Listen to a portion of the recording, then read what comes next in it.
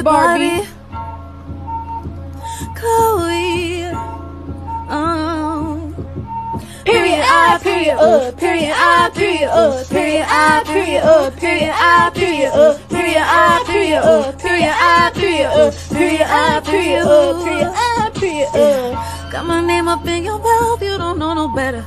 Don't forget I'm from the south, yeah, I got them headers. You watching everything I do, studying all of my moves. Wish you could do what I do. Period I, period period I, period period I, period period I, period.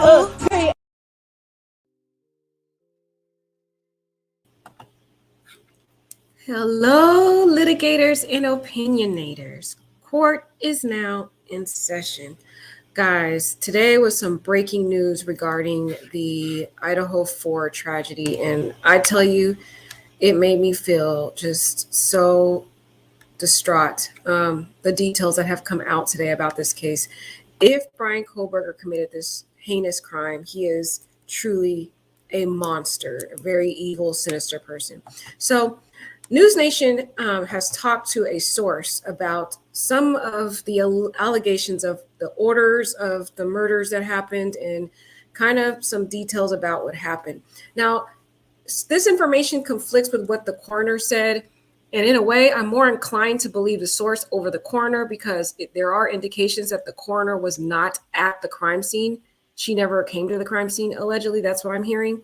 But that she, examined the bodies during the autopsy, but she wasn't there at the crime scene. So if this source was actually at the crime scene and saw the bodies and where they were placed and everything, I'm more inclined to believe him.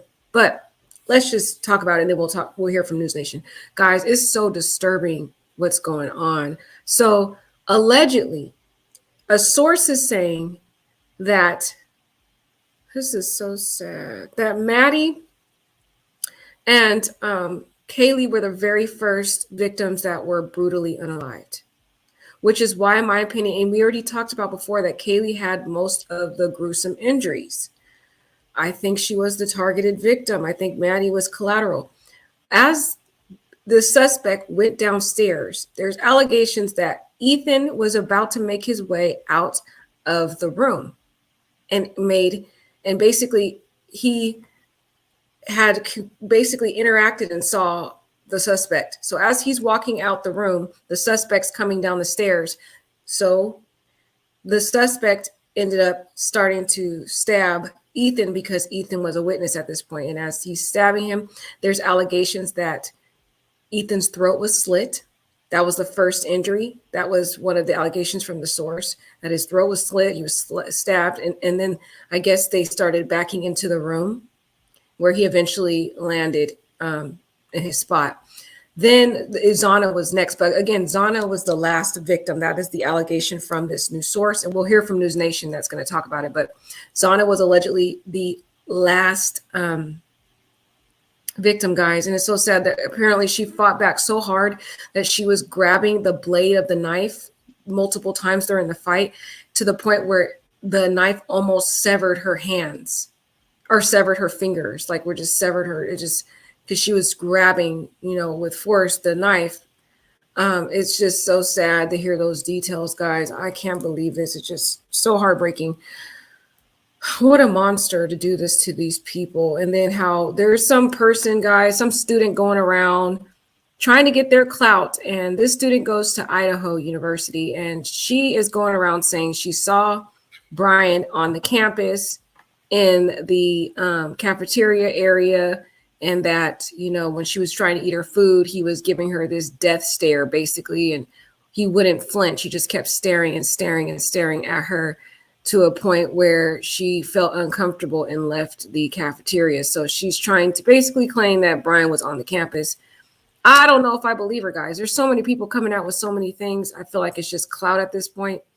But let's hear from News Nation, because this is so sad if this is true. I don't know if it's true because, again, it conflicts with what the coroner said. So I'm going to leave it up to you opinionators and litigators to tell me what you think.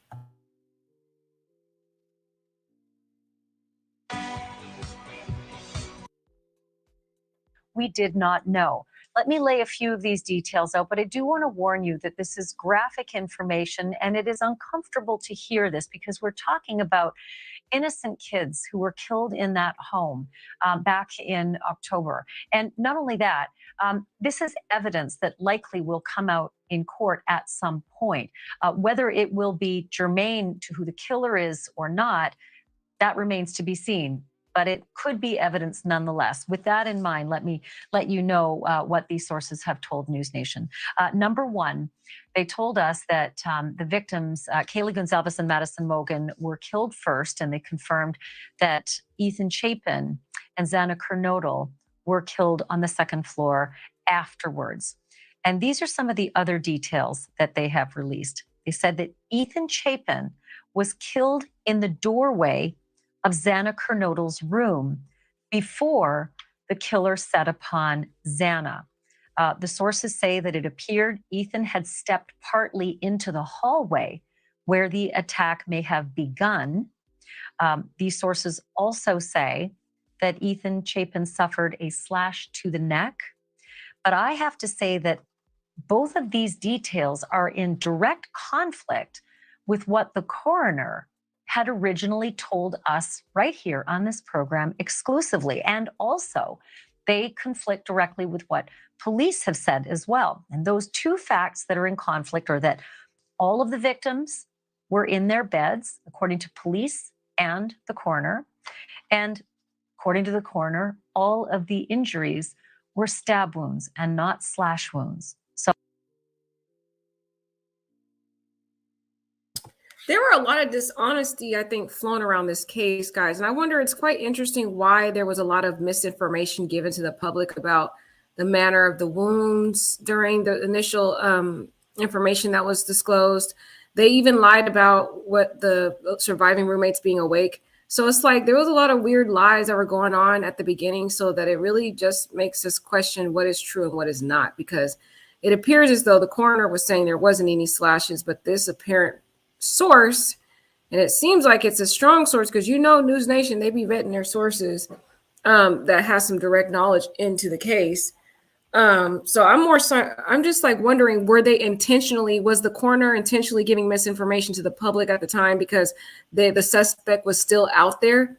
And so they didn't want to give detailed information because if they were to find this guy, only he would know intimate information that no one else in the public knows. But I just find that kind of weird that there was a lot of just misinformation in this case, y'all.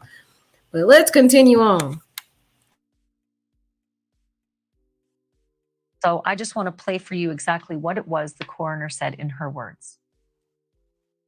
Were any of them slashed? Were any of their necks cut? Or were these all puncture wounds? Well, it was a pretty large knife, so it's really hard to call them puncture wounds. And they were definitely stabbings. Can you tell me, when you say that they might have been sleeping, were they found in beds? Yes. So those were the facts that the coroner told us. And like I said, it is in direct conflict with what these two sources familiar with the investigation are now telling us as well. That obviously needs to be sorted out and likely best in a court of law as well. Also want to tell you these other details that we have learned from these two sources, that Zana Kernodle put up a fierce fight when the attacker set upon her, repeatedly grabbing the attacker's knife, so much so that she sustained deep cuts to her fingers and that her fingers were nearly severed. Now, that does actually work in comport with what Zana's father had reported to an Arizona news outlet about what he knew. Thank you for watching. That is so sad, guys. Can you, like, those details just make it worse? I mean, even though the public, we want to know what's going on, sometimes it's better to not even know, because it's like, dang, to know that this girl fought back so hard, just to realize how cruel people are in this world, guys, to do something so heinous. And again, there's so much conflicting information. I'm with Melanie. It's so hard to know what to believe. I mean, gosh, like, there's so much conflicting information. You got people out here trying to get clout, Now they're trying to say they saw Brian on the Idaho campus, scouting the area shortly before.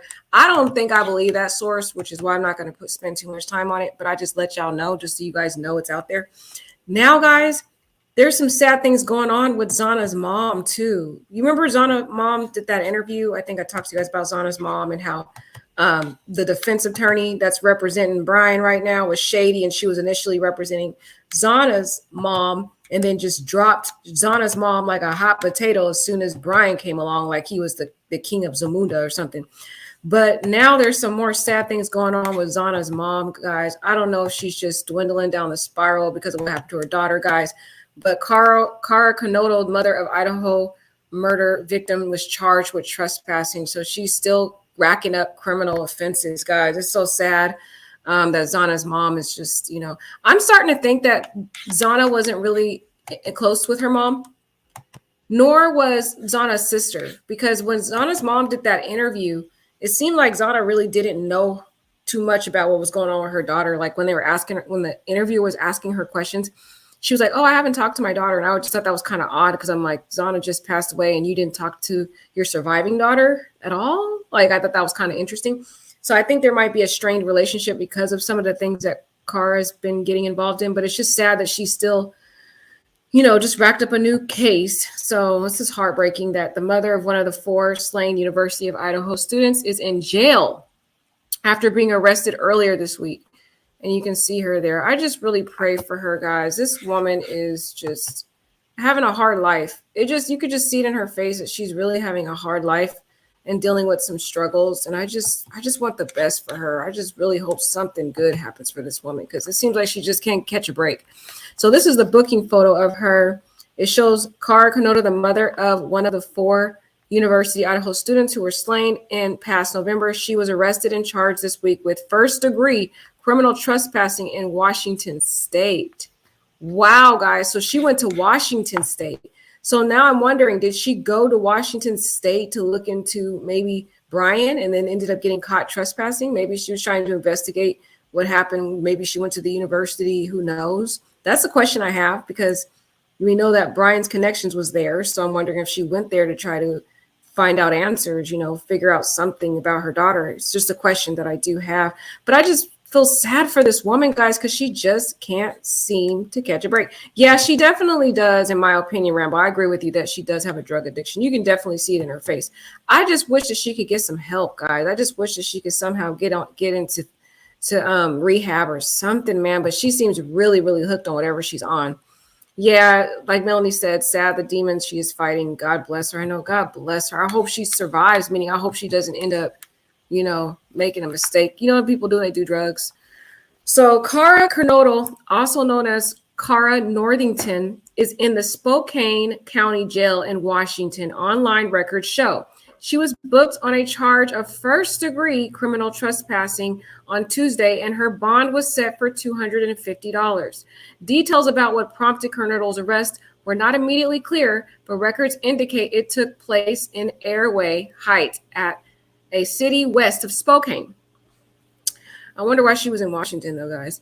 Newsweek has contacted the Airway Heights Police Department for comment. And yeah, I think that's really all what's going on with her, guys. Just keep her in your prayers. This is so devastating, man. I just want this woman to win. You don't just want somebody to win. I just want her to have a good life. And it's like, it seems like she's spiraling down more and more in her life. And like Rambo is saying, it's definitely, I think, related to drugs. But just imagine the fact that she lost her daughter, and that makes it even worse because now they want to cope more with those substances to try to drown out the pain. So just sad, guys. I'm trying not to be sad.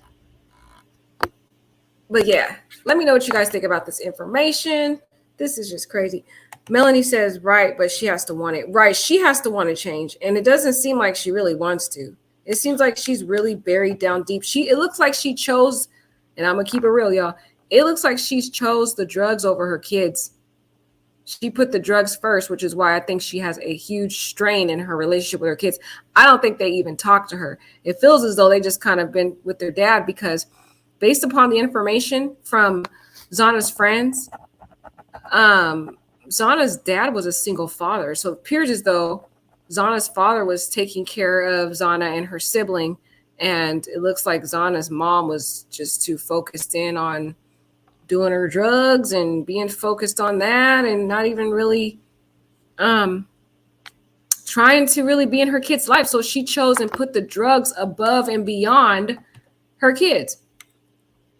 And just some more updates. So there's a bunch of a discovery, the communications going back and forth between the prosecution and the defense. And it seems as though the defense is not, of course, strategically, this is a strategy. The defense is strategically not disclosing whether she has any witnesses or whether she has a defense.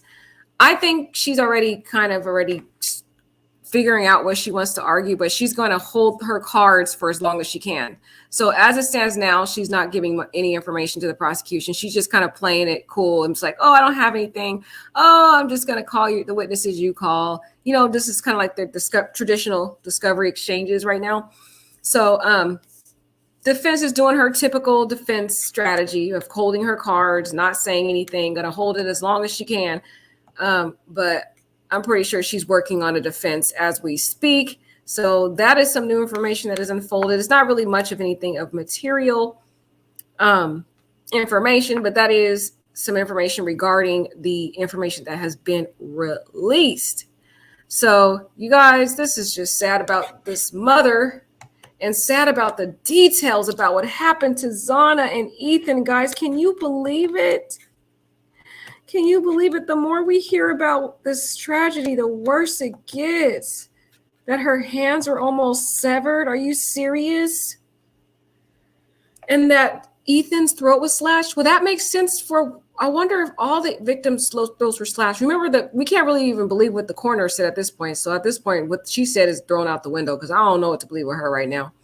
I don't know if she was trying to get her 5 minutes of fame too, because typically coroners don't come out and do full-fledged interviews as it is, okay? So I'm kind of side-eyeing that coroner right now. But I'm wondering if this person, if it is Brian, if they slash the throats first to prevent screaming, because allegedly Ethan sustained a throat slash. And it makes sense now because we talked about this before, guys, when we were talking about the layout of the house. And my theory was he went upstairs, he unalived the Zana and Maddie first, came downstairs, and I first thought that it was Zana that was coming out of the room and then interacted and saw kind of inadvertently bumped it into Brian.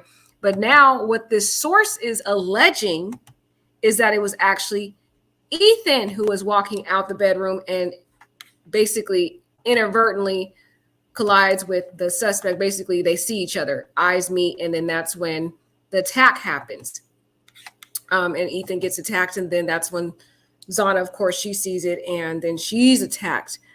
But just hearing that her hands were almost severed and all these details, just like, guys, it just gets worse.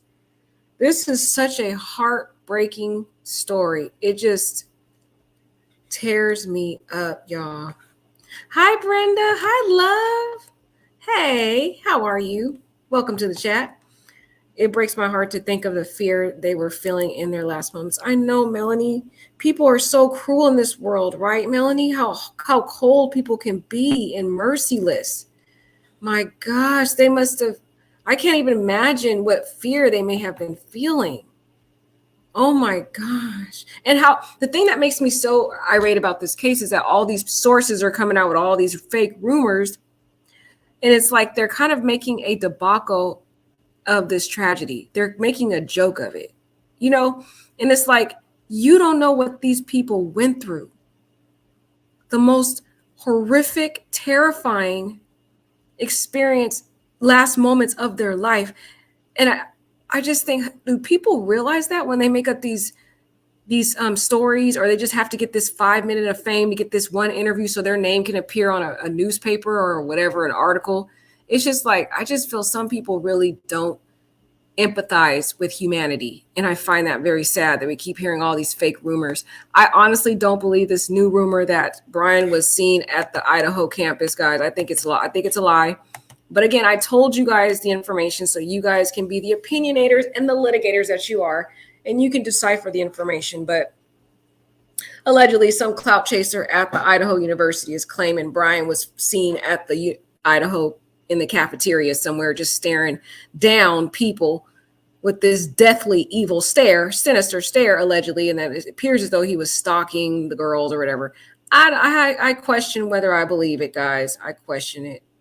I just, we'll have to wait for the trial, but oh God, I know, Brenda. Yes, it was very bad, girl. You missed it. You came in a little late. We just talked about it. It was so horrific. Oh my gosh.